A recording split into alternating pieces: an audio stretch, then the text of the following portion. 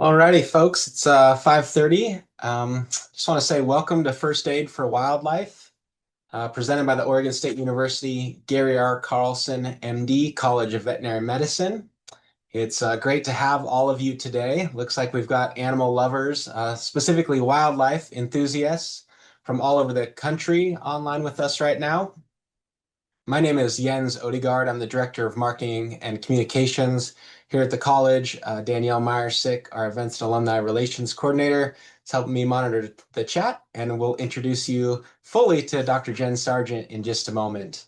At the College of Veterinary Medicine, our mission is to advance the health of animals, people, and the environment through inclusive and equitable education, research, and services to the public.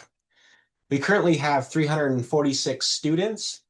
312 of those are studying for their doctorates of veterinary medicine, and 42 are graduate students in our comparative health sciences program. The college serves the public with research and direct clinical and diagnostic services through the Lois Bates Atchison Veterinary Teaching Hospital and the Oregon Veterinary Diagnostic Laboratory. A few housekeeping notes for today's presentation. At the bottom of your screen, you should see a Q&A feature for your questions. If you don't, hit the three green dots and you should see the other options pop up, and the Q&A feature is there. Please feel free to submit your questions throughout the talk, and at the end of the presentation, we'll get to as many as we can. In the Q&A feature, there's also a voting feature, so if you see a question you like that you were thinking of asking, you can vote that one up, and it'll help it rise to the top of the list. A quick note, we will not be able to answer questions about specific cases, but we are happy to answer general questions about first aid for wildlife. I'd now like to introduce today's presenter, Dr. Jen Sargent. At Oregon State University, Dr. Sargent is the attending veterinarian, also the director of the Laboratory Animals Resource Center, and an assistant professor here in the College of Vet Med. She's also a consulting veterinarian for Chintimini Wildlife Center here in Corvallis. With that, I will turn it over to you, Dr. Sargent. All right, excellent, thank you. So we'll go ahead and dig in. Thanks to Jens for that lovely introduction. As he alluded to, I wear a few different hats. And so my background, if you saw my name and the extra letters after it, you'll recognize that they have nothing to do with wildlife rehabilitation. My original background is in laboratory animal medicine, which means I'm a veterinarian that takes care of the animals that the university manages for its various research and teaching missions. And in that capacity, I've been able to lean into being a bit of a variety junkie and be able to work with frogs with transmitters and take care of zebrafish and lambs with pneumonia and llamas to zebrafish and alpacas and everything in between. And that's part of how I got my first introduction to wildlife, is taking care of the wildlife that were part of the research and teaching mission here at the university. And then fairly recently have taken on a consulting role at the Chintimini Wildlife Center, which has been a lot of fun and a great way to lean into my love of variety even more. So we'll be thinking about first aid a little differently. First aid in wildlife is a little less about stopping the bleed or splinting the fracture, like you might think of traditional human first aid. It's much more about setting the stage, because we worry a lot more about severe stress and how those things will play into their ultimate recovery. So on one hand, it's a little less adrenaline. If you were, looking forward to throwing on your cape and swooping in, it's a little less of that. But on the other hand, I'd like to think the positive is it's much more accessible. It doesn't take a lot of specialty skills for the general public that are just intervening at a finder stage. And that makes it much more accessible. So here are a few patients that we've had at the center. So this is a bald eagle, was hit by a car and recovered well, and that's pictured its release. This was a great horned owl in care, a northern alligator lizard, and a baby deer mouse. So these are quite a variety of patients. What they have in common, though, is that each of their stories start with a member of the public calling it in or transporting the animal. So, their recoveries and all that went into it starts with a member of the public doing their part as a finder to set them up for success. So that's my goal here. My real aim is to target this for a general audience, folks that love and care about animals, but won't be responding necessarily in a rehabilitator sense as much as a finder, and kind of what you do in that initial sort of first aid stage of getting them to the help they need. So to do that, I'm going to dive a little bit into the basics of wildlife rehabilitation and just sort of set the stage, if you will. So wildlife rehabilitation is licensed rehabilitators providing care for sick and injured native wildlife.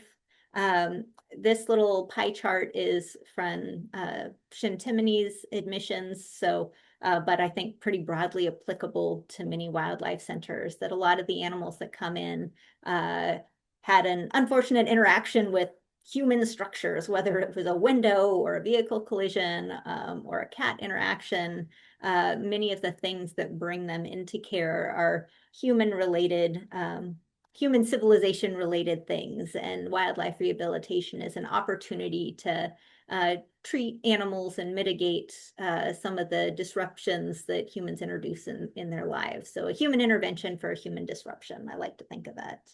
And it takes place in the context of collaboration with state and U.S. Fish and Wildlife. They ultimately have the regulatory oversight and enforcement capability for overseeing how fish and wildlife are managed in their respective regions. So they provide rules about what can be treated and under what circumstance in the context of their bigger management and care goals, as well as disease management.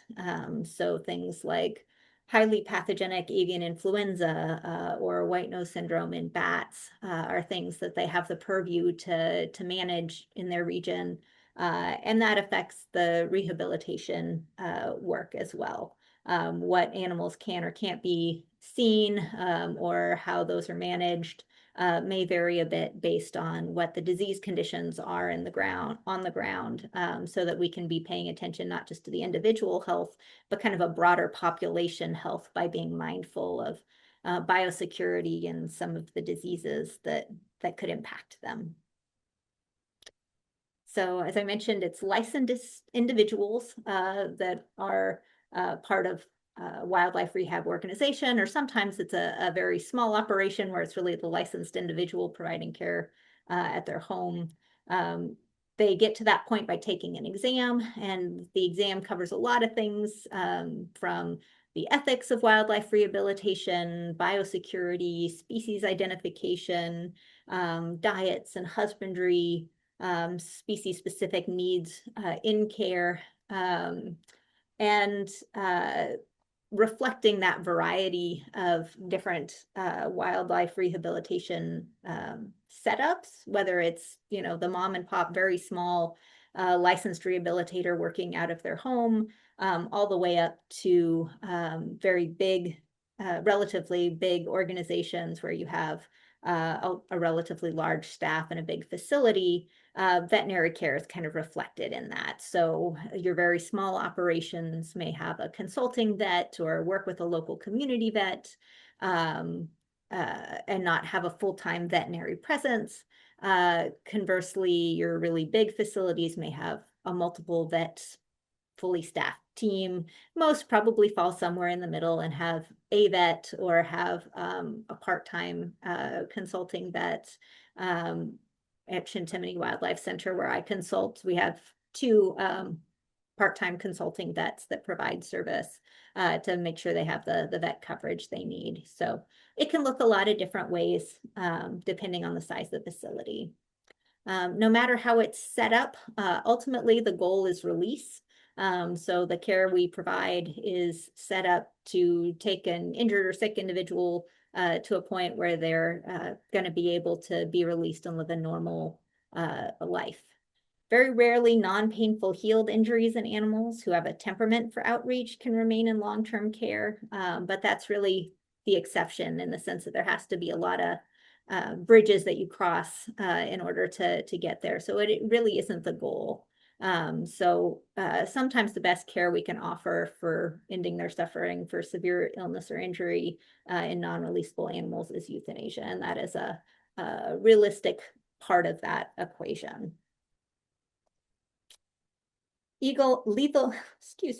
Legal and ethical considerations for the public. So changing gears a little bit, so far I've been talking about, the rehabilitator side once you get wildlife into professional care. On the public side, really the expectation is you're holding wildlife only long enough to transfer them to the professionals.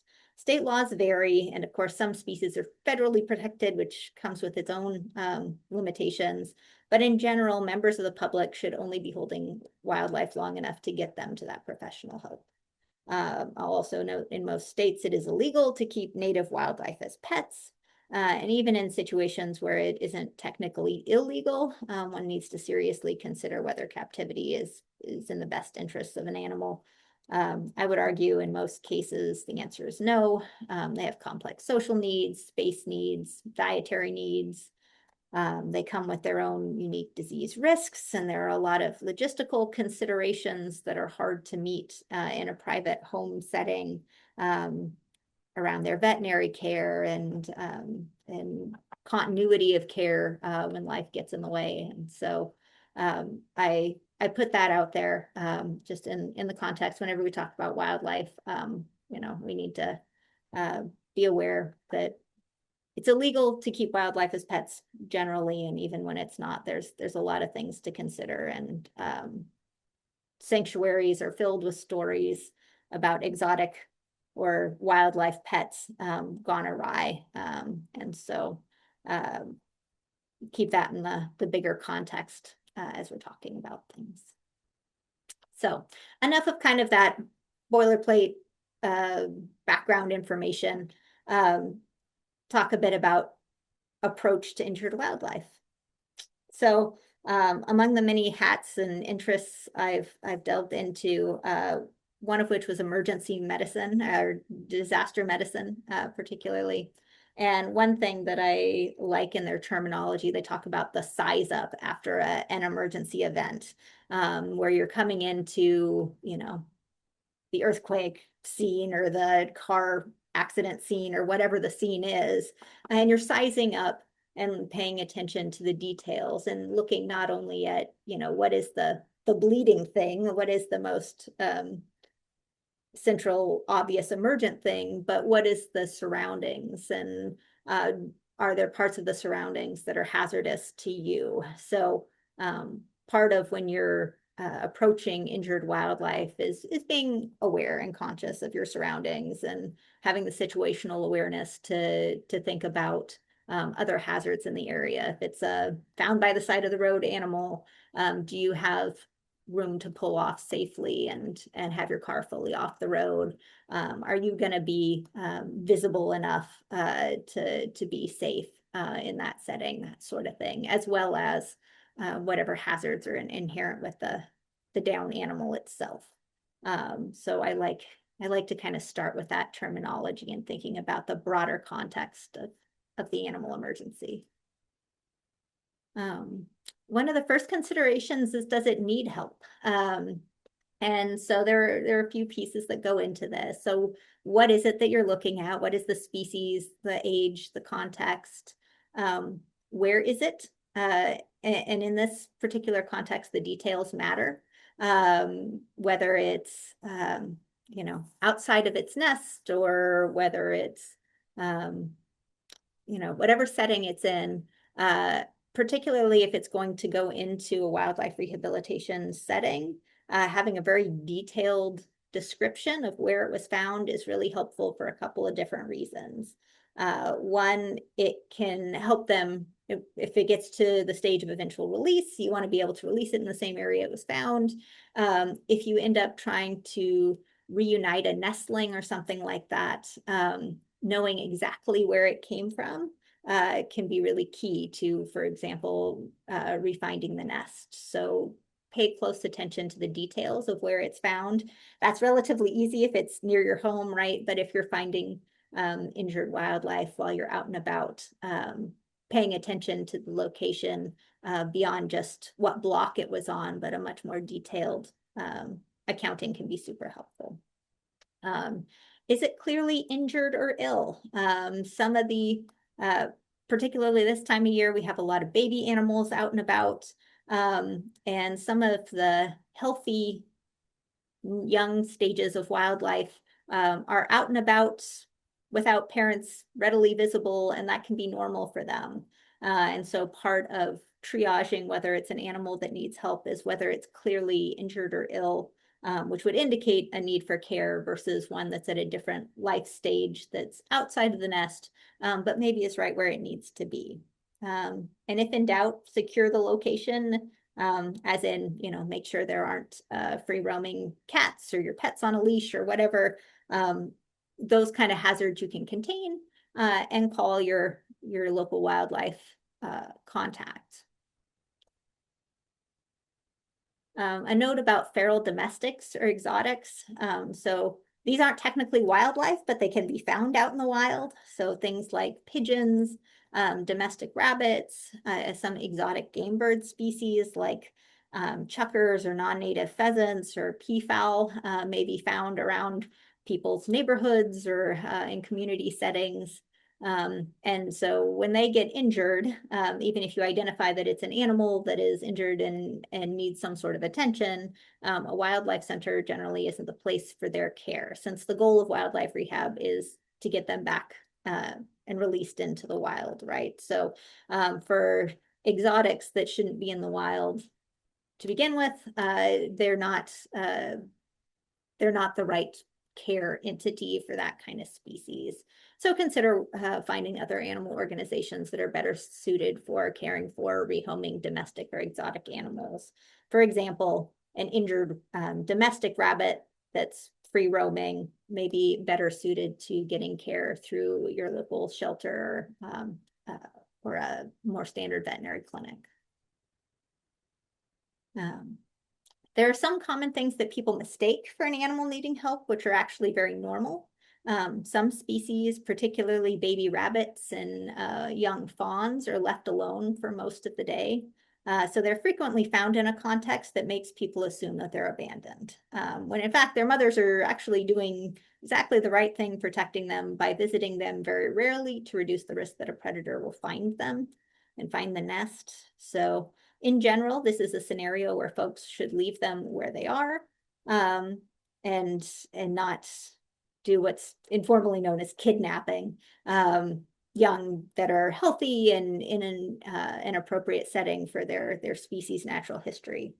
However, you may consider some modification if the juveniles are poorly situated. For example, if you find a rabbit nest in your yard, consider blocking off that part of the yard to make sure that pets or kids don't disrupt the nest, for example. Also, fledglings are commonly found on the ground. So in the life history of baby birds, they start as an egg, they are growing in the nest as nestlings. At the nestling stage, there's skin and fluff and not much else. And as they get a little older, their wing feathers start to come in, and those look like little tubes that are protected in a little keratin sheath as the feathers grow. At that stage, they do minimal walking. They're not super active, and that's classic for a nestling phase. And if these guys are found outside of the nest, they are at a stage where they need some sort of intervention. And depending on the context, maybe that's renesting, working with your wildlife center to kind of talk through putting them back in the nest or setting up a makeshift replacement nest can be options.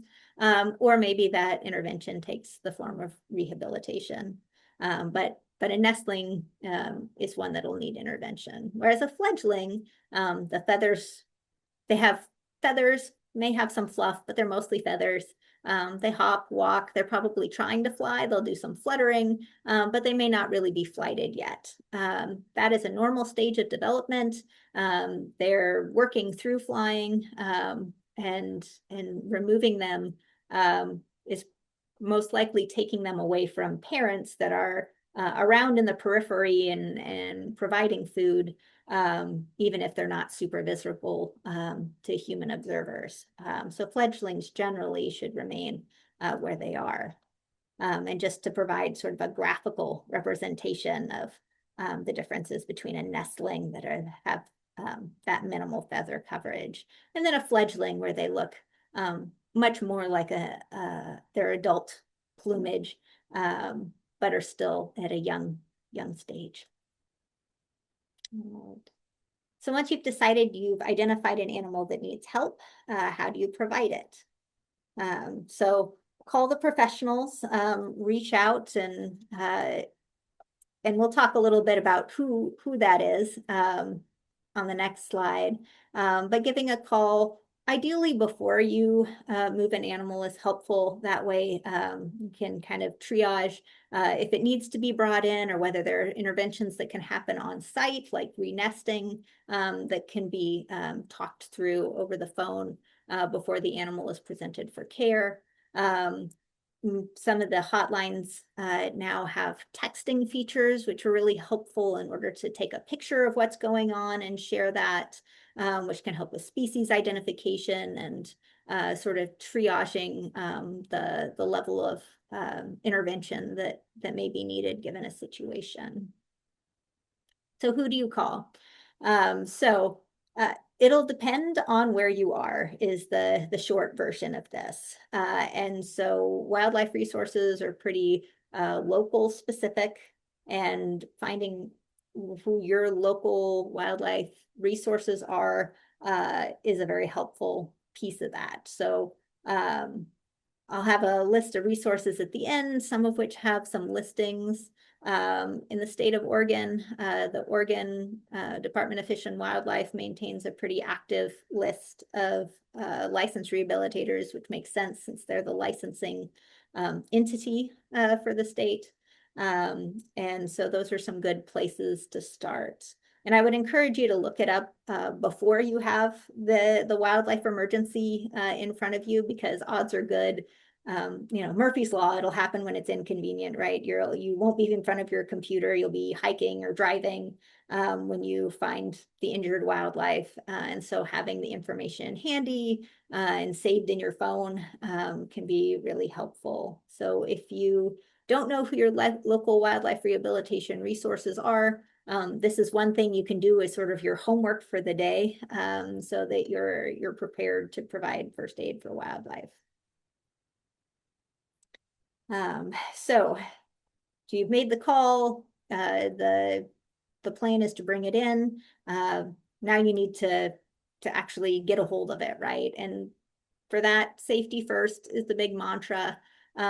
These are animals that are having the worst day of their life, and you need to be conscientious of that. They're not being mean, but they're really scared and will defend themselves to the best of their ability. So bites and scratches can happen. Respect the sharp bits, and really try to minimize direct contact where you can.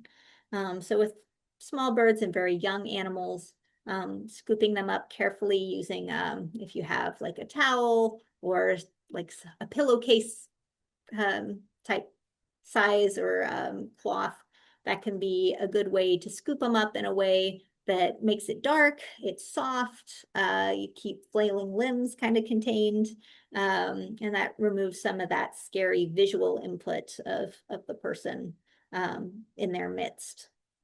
As you get a little bigger, you're like small mammals and medium-sized birds, you might consider being a little more indirect and trying to guide them into like the box or the container rather than scooping them up if they're in a place where that's amenable. Again, trying to minimize contact and minimize your risk to yourself. And for large animals, you may be in a situation to secure the scene. Again, make sure that pets, kids, other people are safely away from the situation, but call for backup. Because when we're talking about large or dangerous animals, that is something the general public should typically not be trying to contain. Birds of prey, particularly the large birds of prey like eagles, their talons and beaks can be pretty dangerous. Herons, their face is a spear and they're not afraid to use it. They will stab with that bill, and that can be very dangerous. Your medium size carnivores, your like raccoons and foxes, of course, can give nasty bites, and rabies risk may be very real. It's always real, but it may be more common in some parts of the country than others from those species, so be aware. Deer, of course, can kick or strike, and others, you know, if in doubt, discretion is the better part of valor. A note on rabies, we're pretty fortunate here in the Pacific Northwest that we really only have bats as our rabies vector species. Bats may still be eligible for rehabilitation, and that's great. They're really cool little guys, but it's very important to minimize contact. Scoop them up gently in the container with tools other than your hands if you can.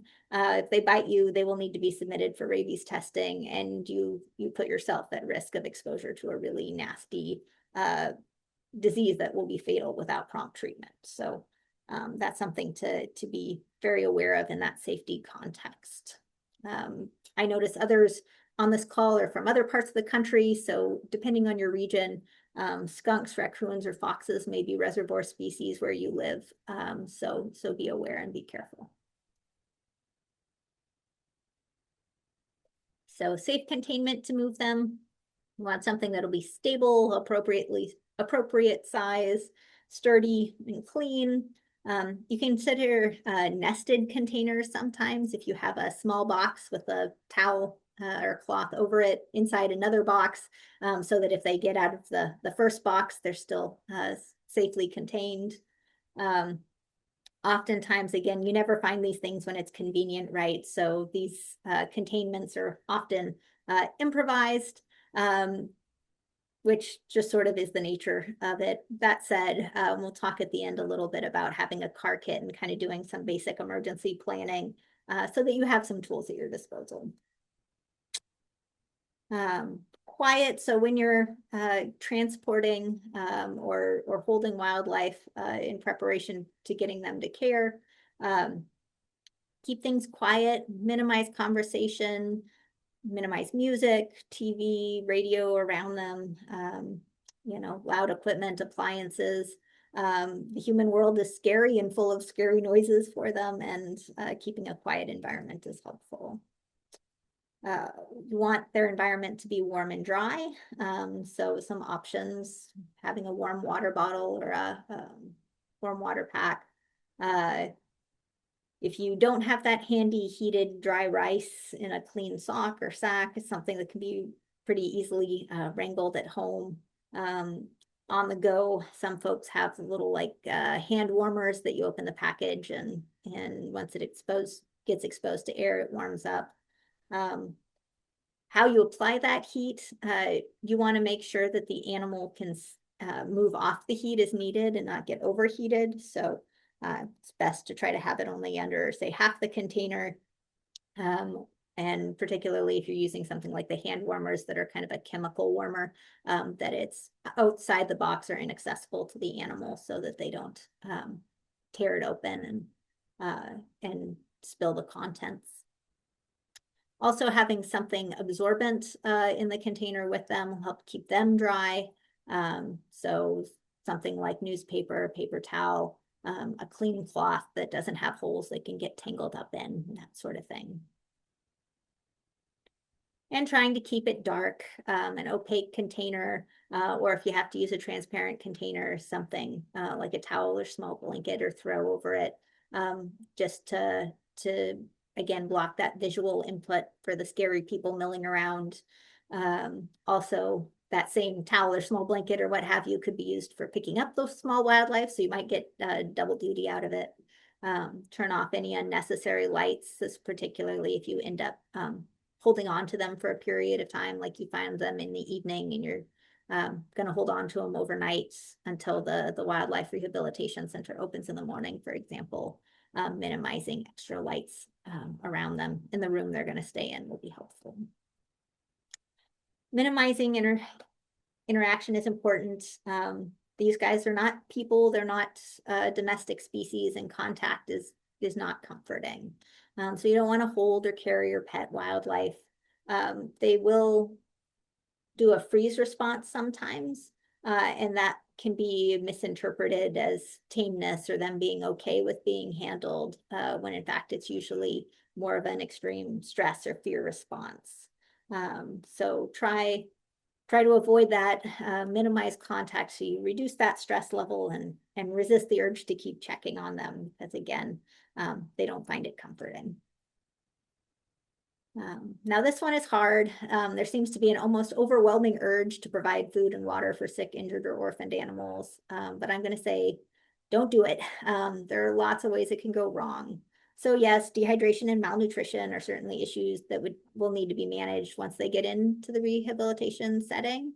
But if they get the wrong food, or they get sick from what they've been given, they have their problems get so much harder to fix. So even if you're experienced with medical settings or animal care in other settings, wildlife is very different, and the risks of issues from improper feeding is so high. The best thing you can do is not provide anything unless specifically advised otherwise.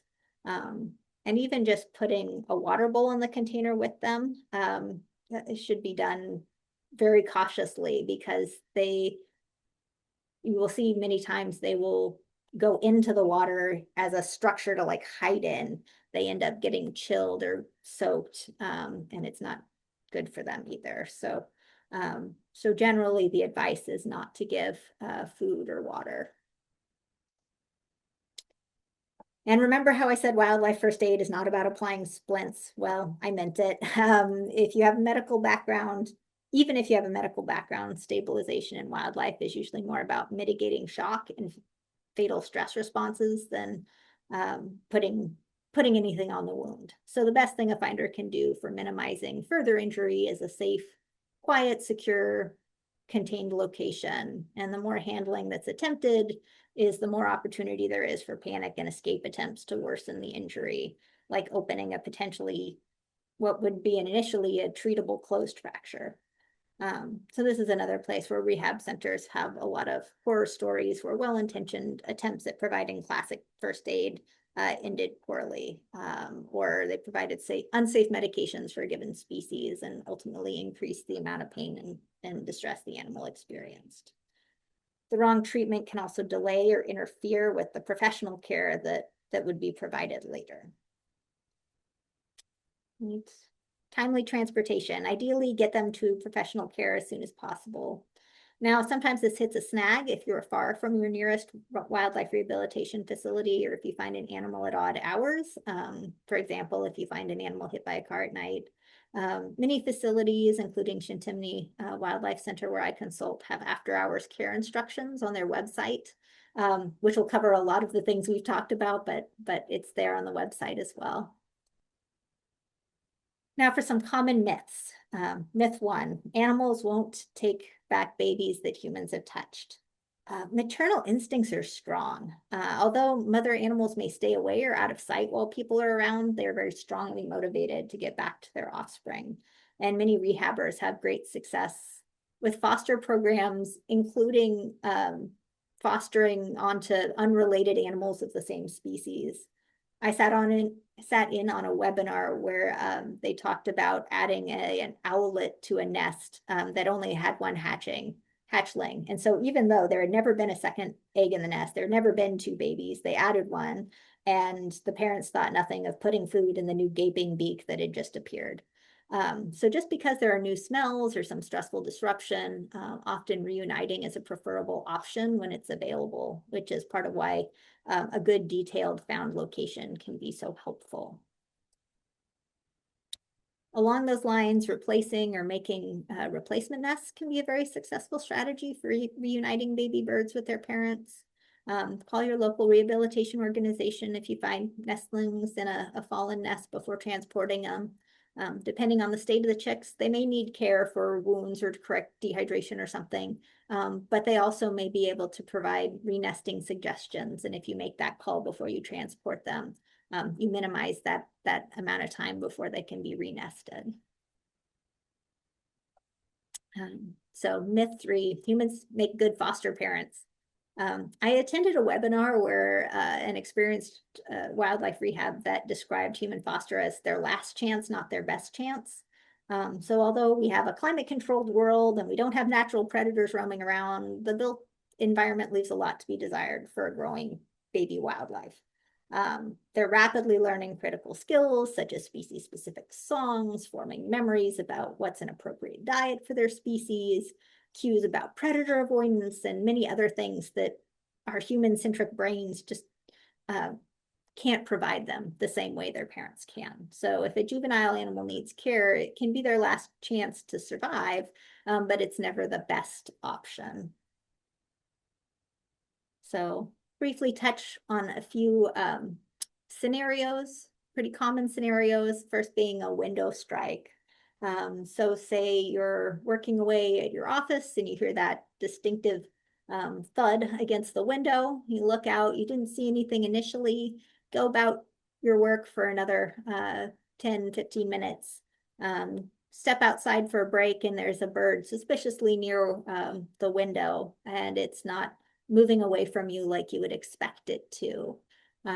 So for window strike cases, these guys very commonly present for care. I think you remember that little pie chart at the beginning. This is a very common reason they get brought in.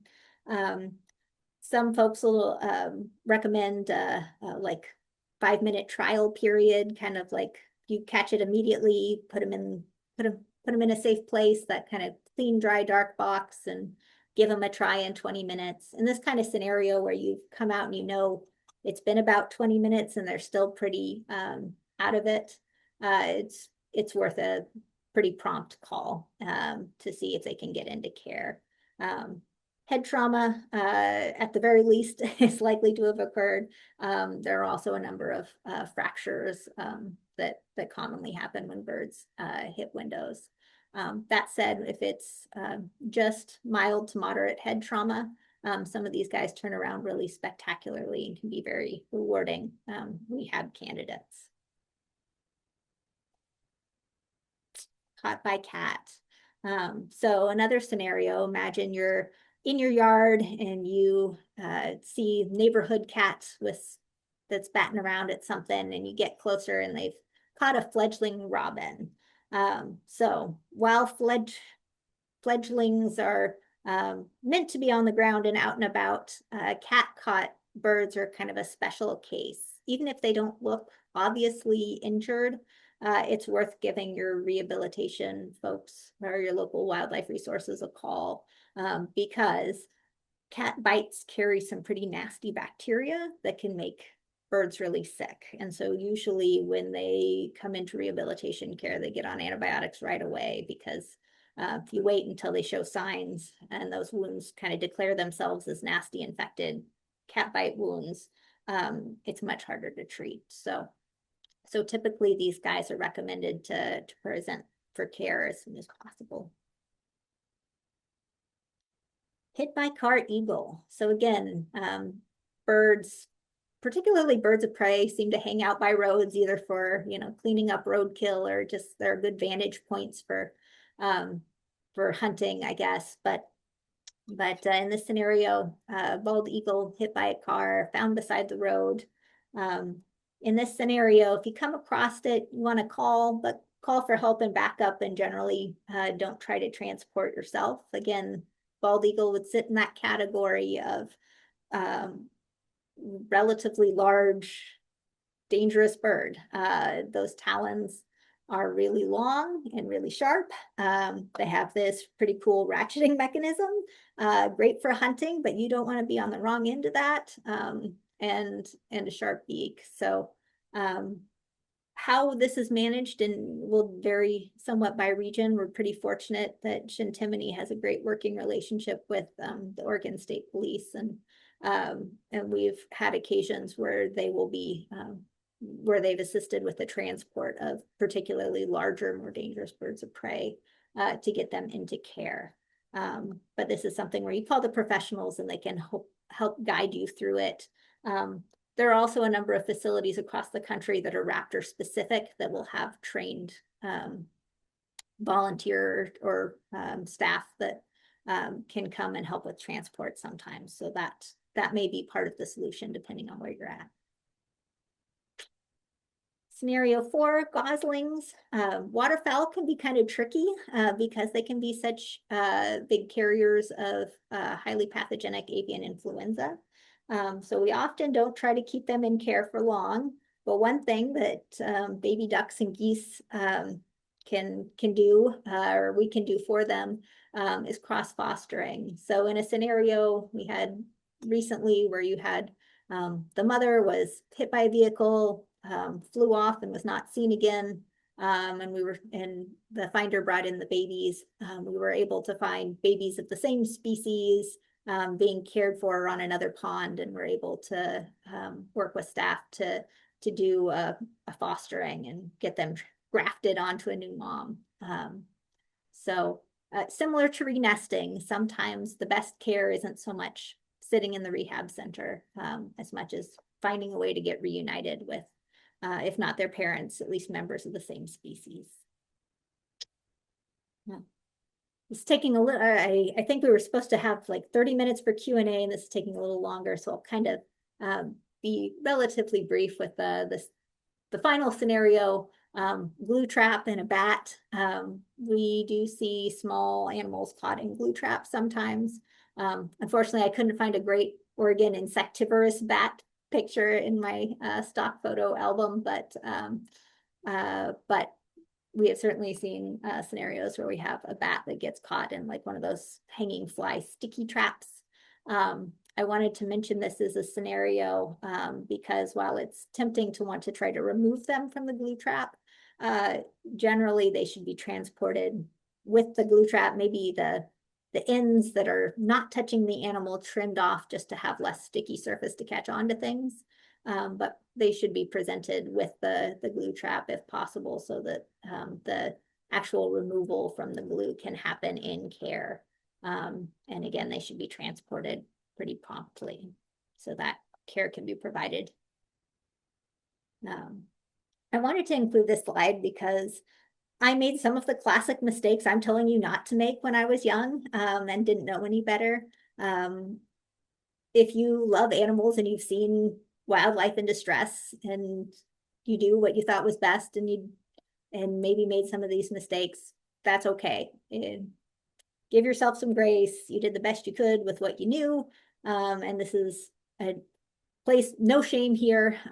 Our focus is on education because rising tides lift all boats, and the goal is improvement, not perfection.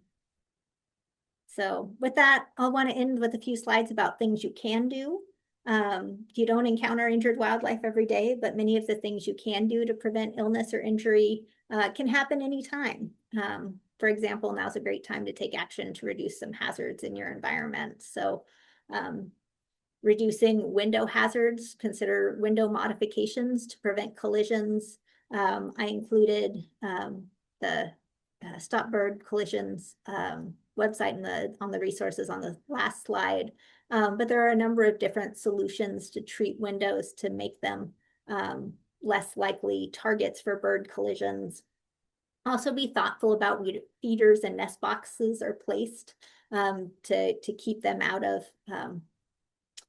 keep the flyway somewhere that's not likely to result in a collision. Keep cats indoors. I like cats, but I also like cats not eating birds. So keeping cats indoors can help prevent predation. Or consider a catio or some other protected way they can enjoy the outdoors. Prune or limb trees outside of nesting season. One common presentation we see are nestlings that were in a tree when landscaping was going on, and the nest is now no longer in the tree, or the tree no longer exists. And so being conscientious about what time of year you do that yard work can be helpful. And also avoiding glue traps. bird feeder and bird bath hygiene is something else you can do at home that can make a big difference for wildlife. Clean seed feeders about every 2 weeks, remove old or moldy seed, use really hot water, like boiling water or dilute bleach solution to do a good clean out, and rinse thoroughly and dry before refilling. And if you see sick birds at the feeder, remove those for at least a couple weeks so that it's not sitting there as a nidus for infection. Or I will freely admit I struggled with keeping my bird feeder on a strict cleaning schedule. I leaned towards some bird-friendly landscaping and got some flowers, particularly for to replace my hummingbird feeder that still attracts the hummingbirds, but doesn't need refilling or as much attention.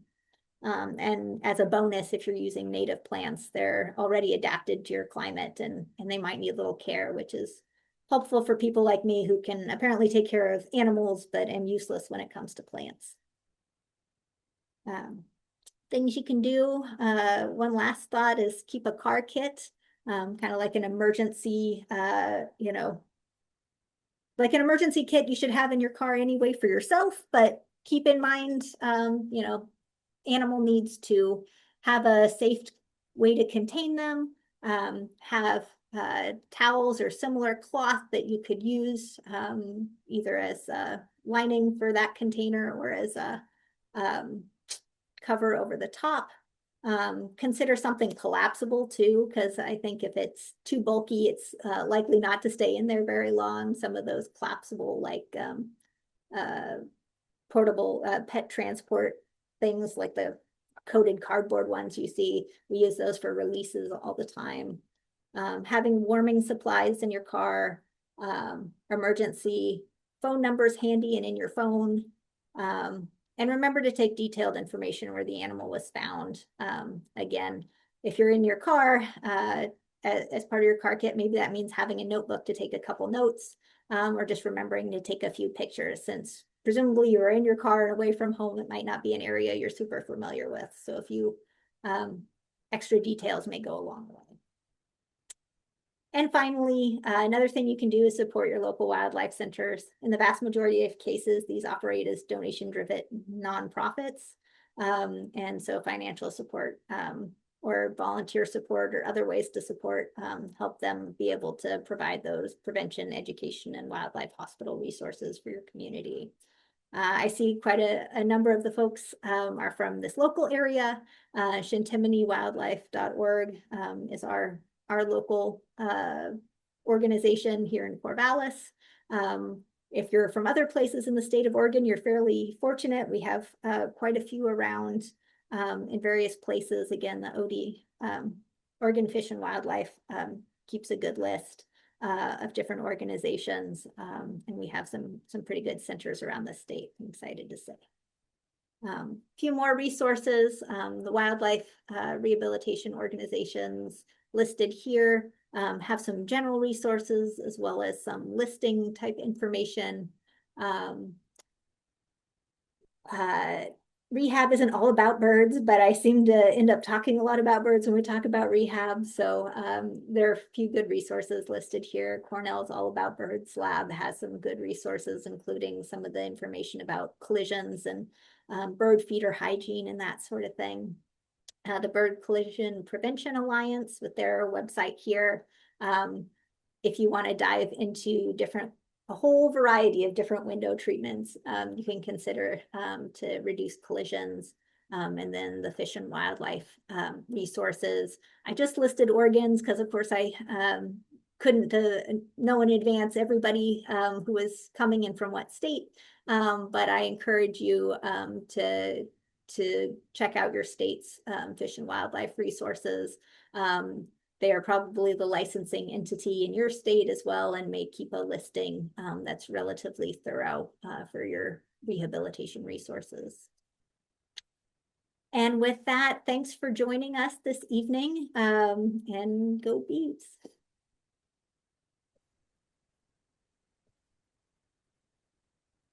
Thanks so much, Dr. Sargent. We do have some questions in the Q&A feature. Are you able to access that on your end? Okay. Yes. All right. Yes, so I'm just going to go in order. The first one I see, the pie chart showing the dangers of windows and cats, is that local or U.S. Fish and Wildlife. That is a local. That is Chintimini's circumstances for admission. So that said, there is information out there from more national or larger organizations, and it does seem to be broadly reflective of what most centers report. Window strikes are very common, vehicle collisions are very common, and cat caught animals are very common. All right. Second question. Can a veterinarian who is not associated with a wildlife center legally euthanize a wild animal, raptor or otherwise, if they believe it is the only humane decision? Yes. And in fact, in areas where that are relatively low resourced for wildlife rehabilitation facilities, that happens fairly commonly.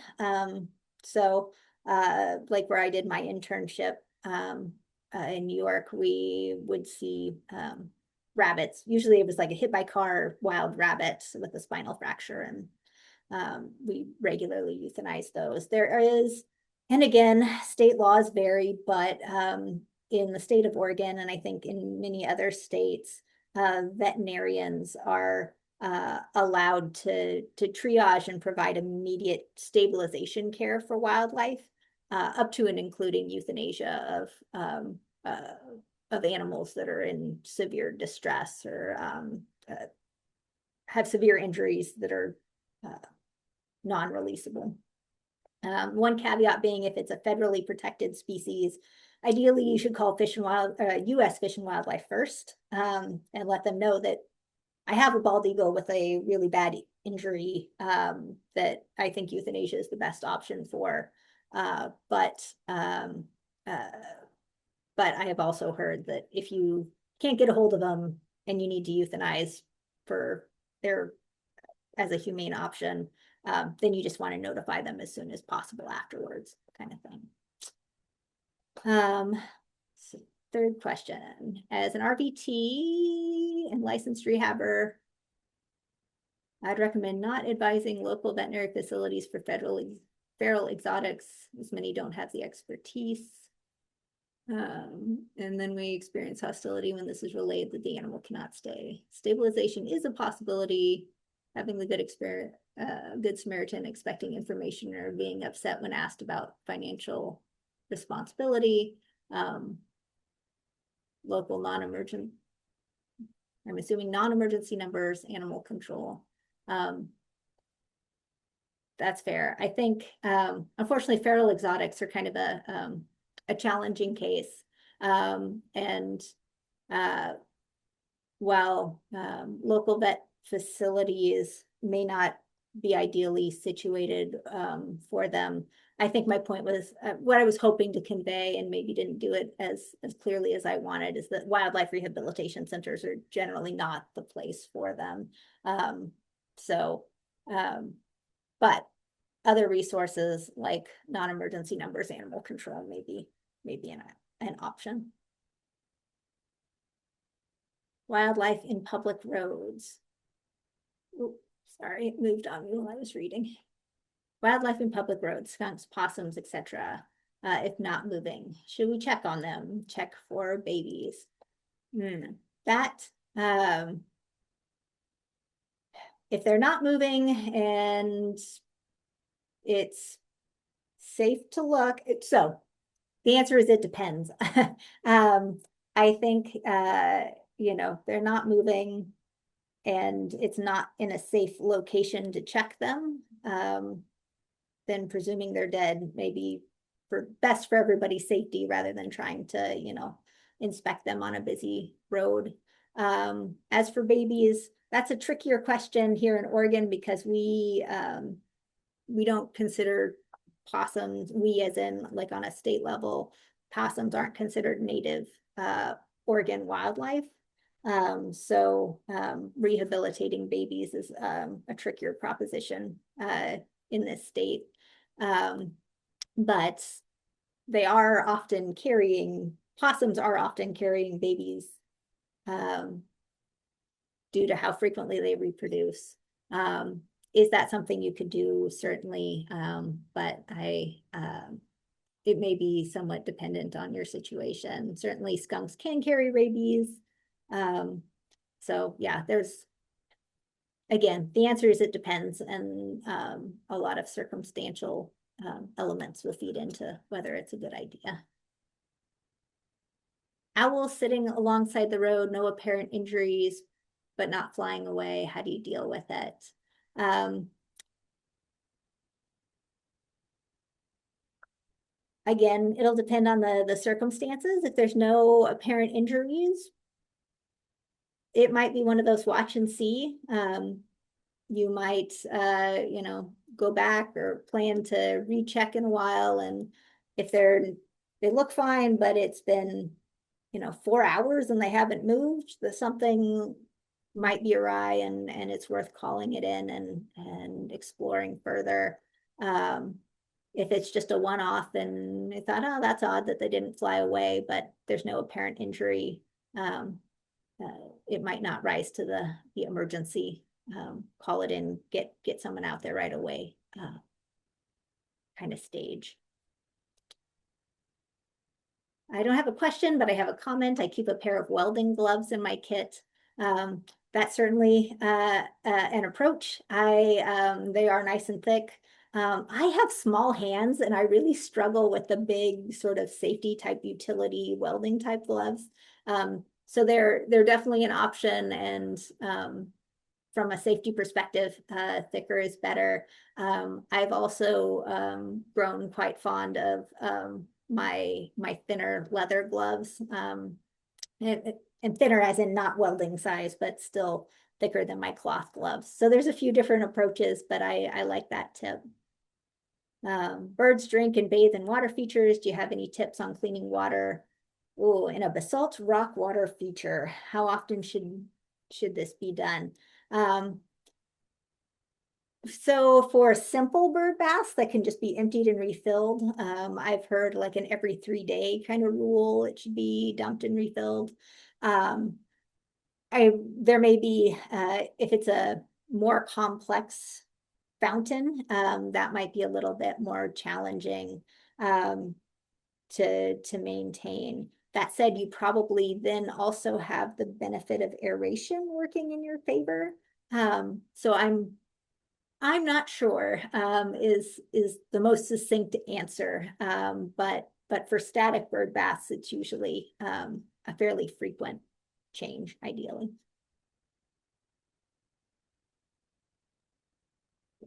Excellent. Well, thank you so much, Dr. Sargent. We're running up on the hour mark, and it looks like we answered all the questions that were submitted at the time. So we really appreciate you giving us this presentation. And to all of you who joined us, thank you very much. And I hope you have a wonderful evening or whatever time of the day you're looking forward to, wherever you're at. Take care. Thanks all.